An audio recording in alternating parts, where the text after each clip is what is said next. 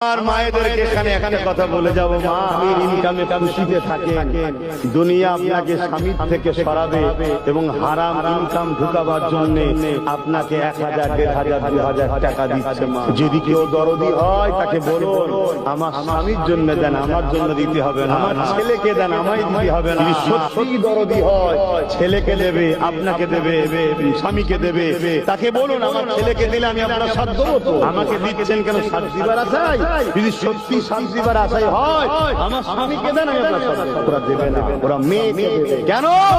এই 1000 টাকা হলো নারীর ইনকাম, এই টাকাটা মদের টাকা, সুদের টাকা, দেহ বিক্রি করার টাকা। এ মা এটা ইসলামে হালাল। কিভাবে আমার জাতির মেয়েদের ঘরে খারাপ করছে বুঝতে পেরেছো?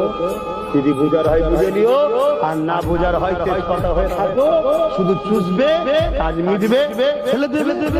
আর মায়েদেরকে এখানে একটা কথা বলে যাব, মা আমি ইনকামে খুশিতে থাকেন, দুনিয়া আপনাকে স্বামী থেকে সরাবে এবং হারাম ইনকাম ঢুকাবার জন্য আপনাকে 1000, 1500, 2000 টাকা দিচ্ছে। মা যদি কেউ দরদি হয় তাকে বলুন আমার স্বামীর জন্য দেন, আমার জন্য দিতে হবে না, আমার ছেলেকে দেন, আমায় দিতে হবে না। সত্যি দরদি হয় ছেলেকে দেবে, আপনাকে দেবে, স্বামীকে দেবে, তাকে বলুন আমার ছেলেকে দিলে আমি আপনার সাথ দেবো তো, আমাকে দিচ্ছেন কেন? সাথ দিবার আশায়, যদি সত্যি সাথ দিবার আশায় হয় আমার স্বামীকে দেন, আমি আপনার সাথ দেবো। ওরা দেবে না, ওরা মেয়েকে দেবে। কেন?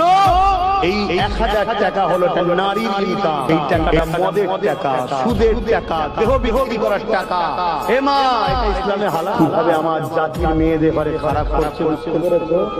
যদি বুঝার হয় বুঝে নিও, আর না বুঝার হয় তেজপাতা হয়ে থাকো, শুধু চুষবে, কাজ মিটবে, ফেলে দেবে।